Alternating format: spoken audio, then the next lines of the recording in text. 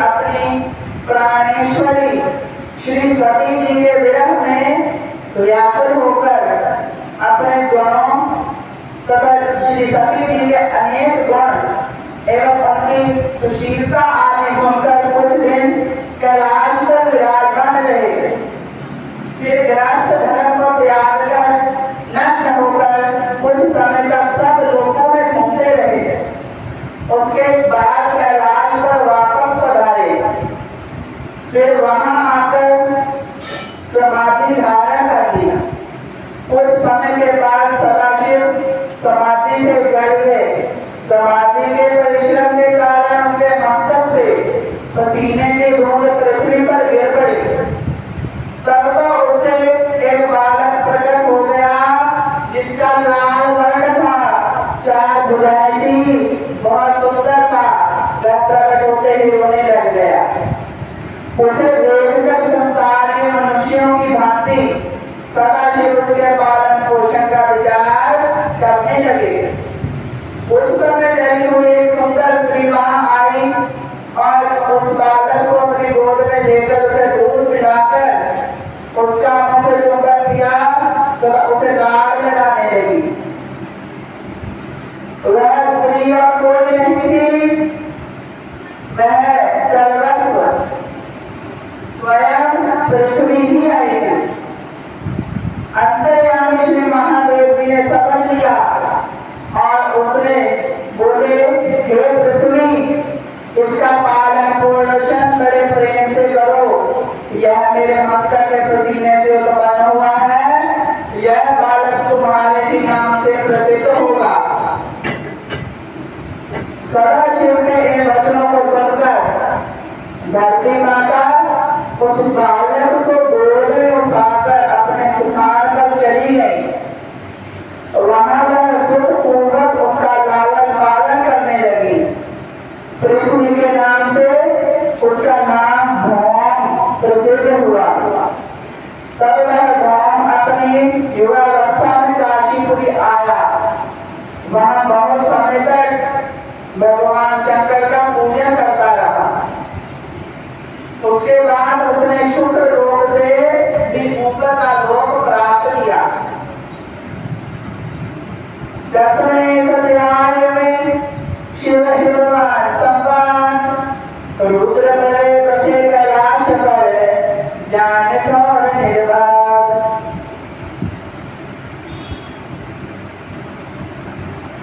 ब्रह्मा जी बोले, हे नारद जी, उस समय के बाद नंदीश्वर आदि मुख्य गणों को साथ लेकर तप करने की इच्छा से भगवान हिमाचल प्रदेश में पधारे, जहाँ पतित पावनी गंगा ब्रह्मलोक से गिर रही है। उसी स्थान को अपने तप के योग एवं सुंदर समझ वहीं एकाग्रचित्त होकर सदाशिव आत्म चिंतन करने लगे। उनके शुभ आगमन का वृत्तांत सुनकर उसी समय हिमाचल को मालूम हो गया। हिमाचल भगवान रुद्र के दर्शन के लिए वहां आया और आकर प्रणाम तथा पूजन किया। भगवान शंकर हिमाचल से हंसते हुए कहने लगे, हे हिमाचल, मैं यहाँ तप करने की इच्छा से आया हूँ। मैं गंगा किनारे तप करना चाहता हूँ। आप इस प्रकार का प्रबंध कर दो कि कोई भी मेरे पास ना आए, जिससे मेरी तपस्या में विघ्न ना होने पाए। ब्रह्मा जी बोले, हे नारद जी, इतना सुनकर हिमाचल ने कहा कि आप स्वतंत्र होकर यहाँ तपस्या करें, मैं सब प्रकार से आपकी सेवा करूंगा। आप निश्चित रहें। यह कहकर हिमाचल अपने घर को चले आए।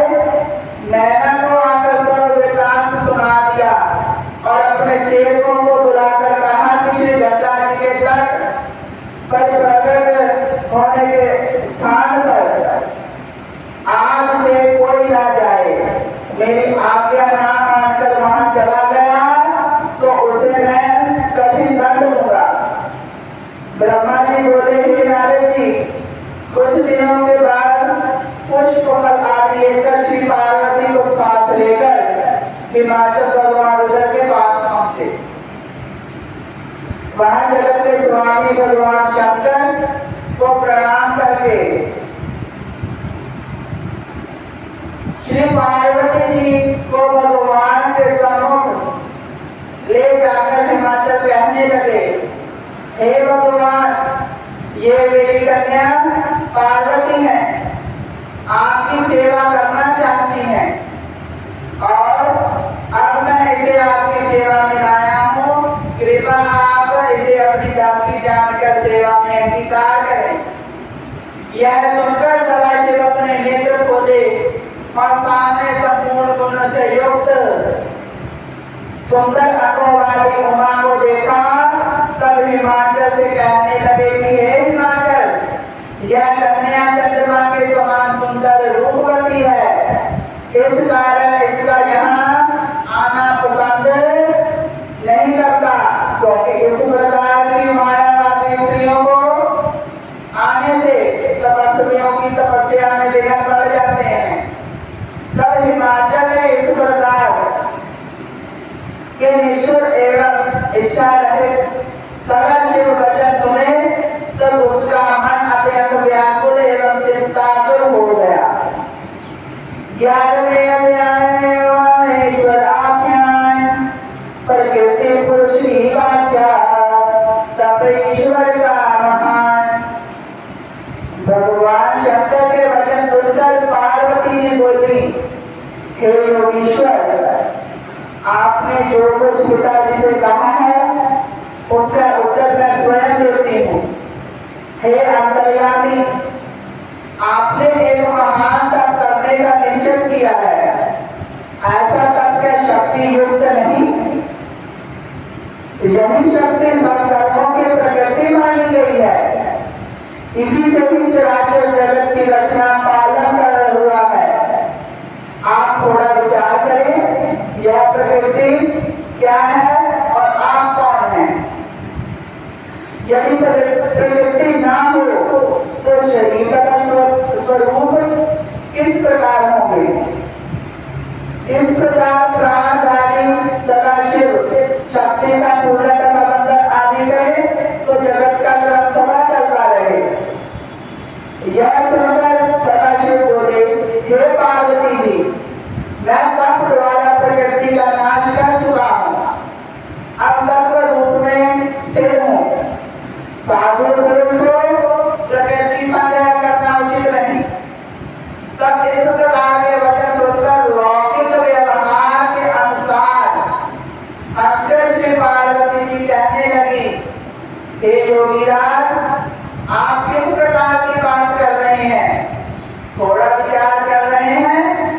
यदि आपने प्रकृति का नाश कर डाला है तो आप किस प्रकार विद्यमान हैं? संसार तो प्रकृति से बना हुआ है ना। इसी प्रकार के द्वारा संसार के सभी कार्य सुनना, देखना आदि हुआ करते हैं।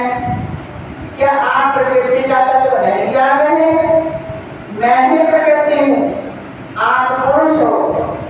आप ही मेरी कृपा द्वारा सफल होकर चेष्टावान हो, नहीं तो किसी भी कार्य करने में आप समर्थ ना हो सकेंगे। तब इस प्रकार सांख्य शास्त्र के अनुसार श्री पार्वती जी के वचन सुनकर शिव जी बोले, हे हिमाचल कन्या, यदि मैं माया रहित परमेश्वर हूँ तो आप श्रद्धा पूर्वक मेरी सेवा करने में तत्पर हो।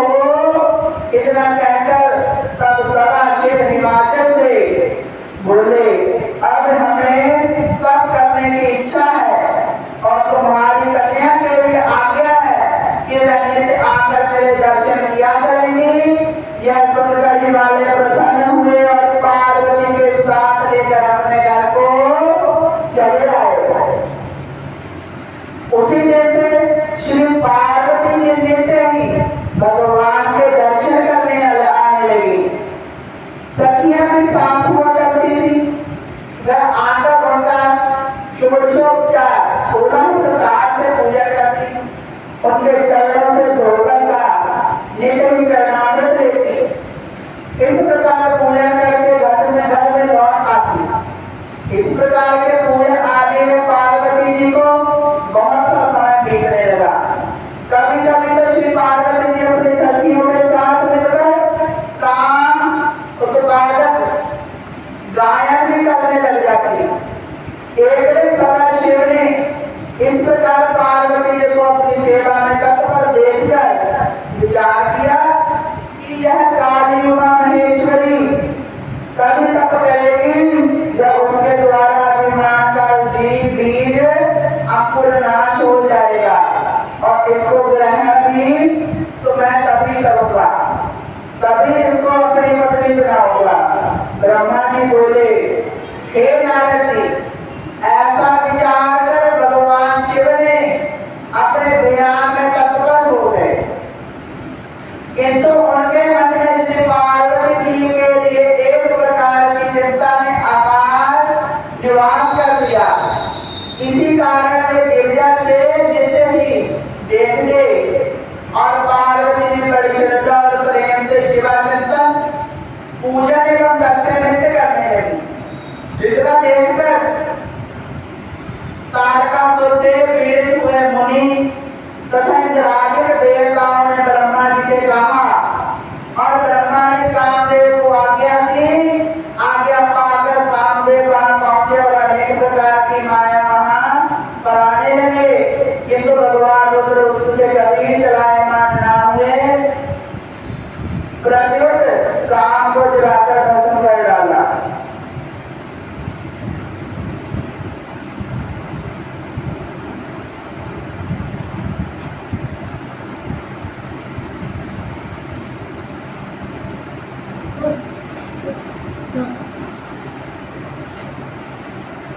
आज्ञा पाकर तभी मधुबन किया बयान, तब शरण से वर लहा कांपन लगा जहान। ब्रह्मा जी बोले, हे नारद जी, कुछ समय के बाद वज्रान की पत्नी गर्भवती हो गई। समय पूर्ण होने पर बड़े लंबे चौड़े शरीर वाला अति प्राकृतिक बालक उत्पन्न हुआ। उसके जन्म समय में सारे संसार के बड़े उपद्रव हुए। भयंकर गर्जना के साथ बिजलियां जब गिरने लगी, भूकंप आने लगे, पहाड़ कांपने लगे, नदी सरोवर आदि का जल उछलने लगा। बड़े जोर की आंधी हुंकार शब्द करती हुई चल पड़ी। सूर्य को राहु का ग्रास हो गया। इत्यादि अनेकों उत्पाद तक होने लगे। कश्यप ऋषि ने उसका कारण नाम स्थापित किया। वह तारकासुर अत्यंत शीघ्रता के साथ वज्रान के घर में पालने लगा। थोड़े ही काल में वह पर्वत जैसे आकार वाला होकर माता से तप करने की आज्ञा मांगने लगा। तब प्रसन्न होकर माता ने उसे आशीर्वाद देकर आज्ञा दे दी। तब मन में देवताओं को जीतने की अभिलाषा रखकर गुरु जी के कहने के अनुसार मधुवन में चला गया। वहां ब्रह्मा जी को प्रसन्न करने के लिए कठोर तप करने लगा। उसने हाथों को ऊंचा कर लिया और दृष्टि ऊपर की ओर कर दी। एक बार पर खड़े होकर एकाग्र मन से 100 वर्ष तक तप करता रहा। फिर 100 वर्ष तक केवल अंगूठे के आधार पर खड़े होकर तप किया। इसी प्रकार 100 वर्ष जलाहार से एवं 100 वर्ष वायु के आहार से उसने तप किया, और 100 वर्ष जल में, 100 वर्ष तल में, 100 वर्ष अग्नि में ठहर कर तप किया। फिर 100 वर्ष पृथ्वी की ओर से करके 100 वर्ष पृथ्वी पर हथेली धारण करके 100 वर्ष वृक्ष की शाखा पकड़कर इसी प्रकार कई और सहते सहते तप करता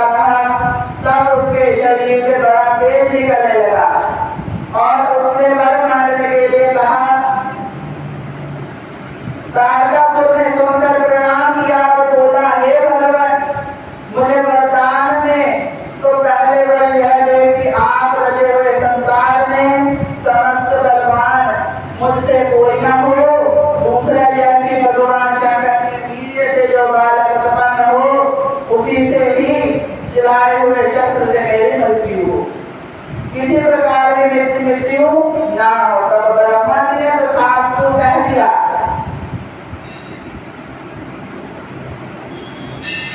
तारकासुर ने ऐसे ही करते करते देवता को पराजित करते हुए इंद्र के सिंहासन पर चढ़ बैठा। देवताओं को निकालकर उनके निवास स्थान दैत्यों को दे दिए। तारका पीड़ित देव सब रहे पिता मातास, पूछने लगे उपाय जैसे निके सब तो त्रास। ब्रह्मा जी बोले, हैं नारद जी, सारे देवता तारकासुर के डर के मारे मेरे पास पहुंचकर प्रणाम तथा स्तुति करके अपना अपना दुख सुनाने लगे। देवता बोले, हे पितामह ब्रह्मा जी, आपने ही उस तारकासुर को वर दे दिया है। अभी वह त्रिलोकी को जीत कर बैठा है। अब हमारे संकट दुखों का नाश करो। नारद इस प्रकार देवताओं का दुख सुनकर मैंने उनसे कहा, हे देवताओं, मैं मान नहीं सकता क्योंकि मैं स्वयं कर दे चुका हूँ, किंतु वह वृक्ष की भांति समय आने पर सुबह में मर जाएगा। इसके लिए मैं उपाय करता हूँ। दक्ष पुत्री सती अब हिमाचल के जल मैना के गर्भ से उत्पन्न हो चुकी है। उसका भगवान रुद्र से होगा, उसके द्वारा ही पुत्रों की उत्पत्ति होगी, वह इसे मारेगा। अब तो भगवान रुद्र के साथ पार्वती का विवाह कराने की चेष्टा करो। और अब मैं स्वयं तारकासुर के पास जाकर उसे समझाता हूँ कि वह तुम्हें अपने स्थान दे दे। ब्रह्मा जी बोले, इतना समझाकर मैंने उन सबको विदा कर दिया। स्वयं मैं उस तारकासुर के पास पहुंचा, उसे समझाने लगा। मैंने कहा, हे पुत्र तारकासुर, मैंने तुमको इसलिए वर नहीं दिया कि तुम अपनी सीमा से भी पार हो जाओगे। वह स्वर्ग जो देवताओं का है वह तेजों में सार रूप है, इस पर तुम्हारा राज्य करने का अधिकार नहीं है। तुम तो इसे शीघ्र ही छोड़कर पृथ्वी पर जाकर राज्य करो, नहीं तो दुख पाओगे। अब नारद जी इस प्रकार उसे समझाकर अपने लोक में चले आया। तारकासुर ने स्वर्ग छोड़ दिया, पृथ्वी पर आकर शोणित नगर में राज्य करने लगा। देवता मेरी आज्ञा से इंद्र के साथ स्वर्ग में चले गए। आज की शिव कथा को यहाँ पर विराम दिया जाता है।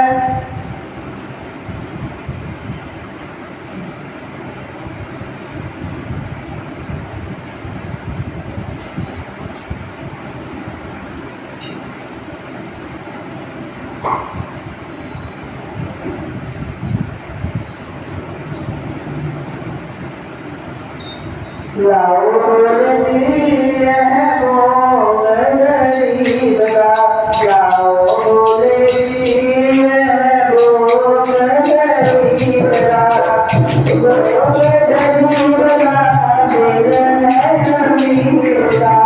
लाओ बोले यह भोग गरीब का,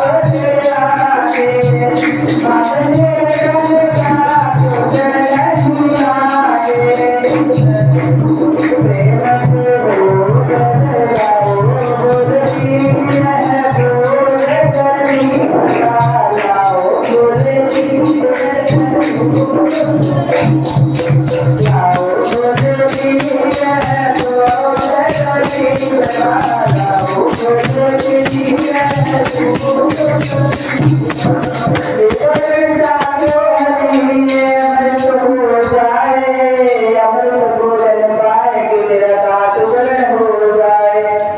मेरा इसमें कुछ नहीं, जो कुछ है तो तेरा, तेरा तुझके सौंप के मुझे क्या लागे है मेरा। दर्श दे हो रामा रामा जया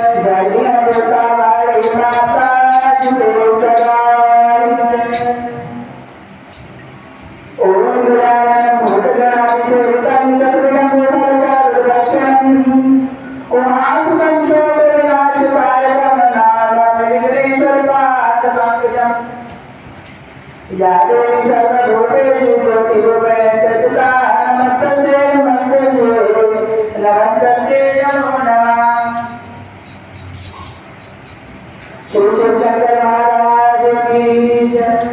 ओम जय शिव ओंकार बोले शिव